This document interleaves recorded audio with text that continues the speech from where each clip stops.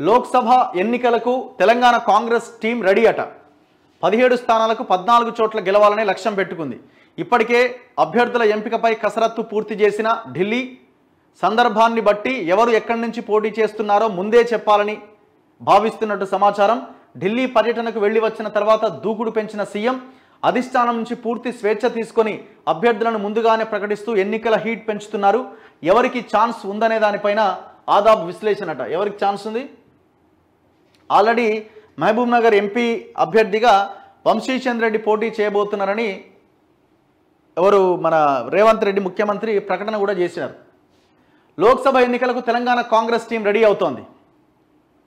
మహబూబ్ నగర్ స్థానం నుంచి చల్లా వంశీచంద్ర రెడ్డి పోటీ చేస్తారని సీఎం రేవంత్ ఇటీవల కొడంగల్ సభలో ప్రకటించేశారు. నిజానికి కాంగ్రెస్లో ఒక సంప్రదాయం ఉంటుంది.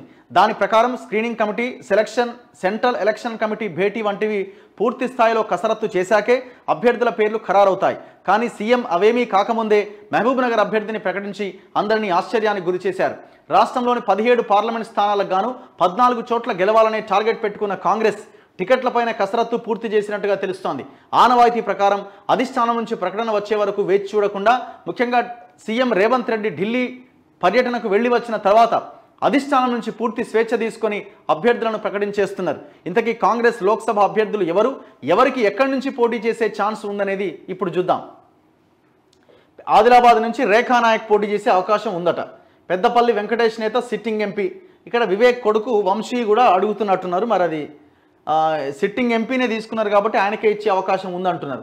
కరీంనగర్లో ప్రవీణ్ రెడ్డి, ఆయనకి హుస్నాబాద్ టికెట్ రావాల్సి ఉంటే అక్కడ పొన్నం ప్రభాకర్ పోటీ చేయడంతో ఆయనకి ఎంపీ టికెట్ ఇస్తున్నట్టున్నారు. లేదంటే రాజేందర్ రావట. హైదరాబాద్ సమీరుల్లా మైనార్టీ నేత. సికింద్రాబాద్ బొంతు రామ్మోహన్ మాజీ మేయర్. మెదక్ మైనంపల్లి హనుమంతరావు మాజీ ఎమ్మెల్యే. ఆల్రెడీ వీళ్ళిద్దరూ వాళ్ళ పనులు చేస్తున్నట్టు కనబడుతున్నది. మల్కాజ్గిరి కంచర్ల చంద్రశేఖర్ రెడ్డి అల్లు అర్జున్ మామకిచ్చే అవకాశం ఉందట. వరంగల్ అద్దంకి దయాకర్. భువనగిరి డాక్టర్ కోమటి రెడ్డి సూర్య పవన్ రెడ్డి చామల కిరణ్ కుమార్ రెడ్డి.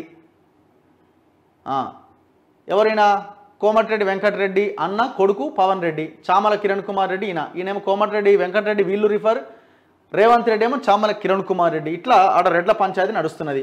మహబాద్లో బలరాం నాయక్ కేంద్ర మాజీ మంత్రి. మహబూబ్ నగర్ చెల్లా వంశీచంద్ర రెడ్డి లోక్సభ అభ్యర్థి డిసైడెడ్. నల్గొండలో మాజీ మంత్రి జానారెడ్డి లేదా పటేల్ రమేష్ రెడ్డి. నిజామాబాద్ ఎమ్మెల్సీ జీవన్ రెడ్డి. చేవెళ్ల పట్నం సునీతారెడ్డి రీసెంట్గా జాయిన్ అయింది, పట్నం మహేందర్ రెడ్డి భార్య. జహీరాబాద్ మాజీ ఎంపీ సురేష్ షట్కార్.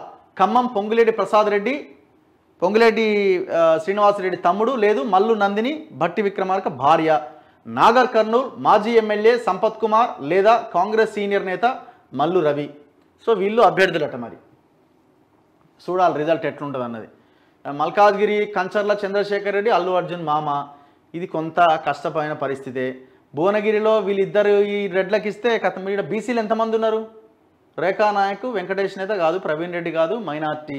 బొంతు రామ్మోహన్ ఒకటి, చంద్రశేఖర్ రెడ్డినే, అద్దంకి దయాకరే, పవన్ రెడ్డినే, కిరణ్ కుమార్ రెడ్డినే, బలరాం నాయక్, జానారెడ్డి, జీవన్ రెడ్డి, సునీతారెడ్డి, ప్రసాద్ రెడ్డి. ఒరియమ్మ ఒకటా?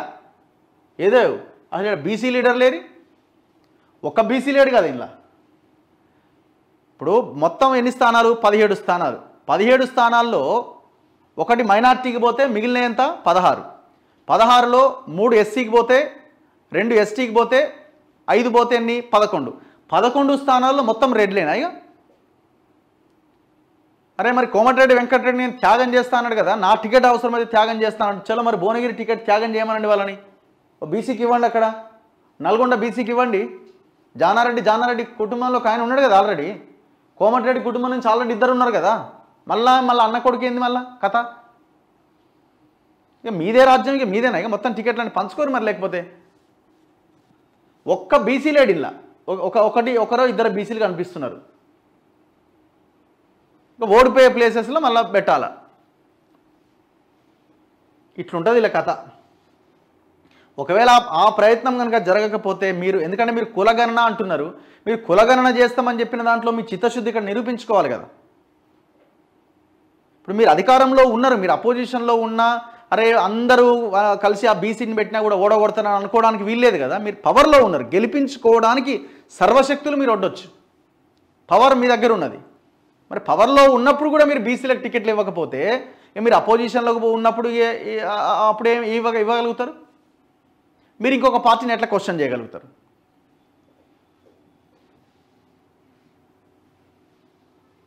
ఏమనంటే మళ్ళీ గెలుపు గుర్రాలు, సర్వేలు, సునీల్ కనుగోలు ఇవన్నీ వస్తాయి మళ్ళీ ముందుకి.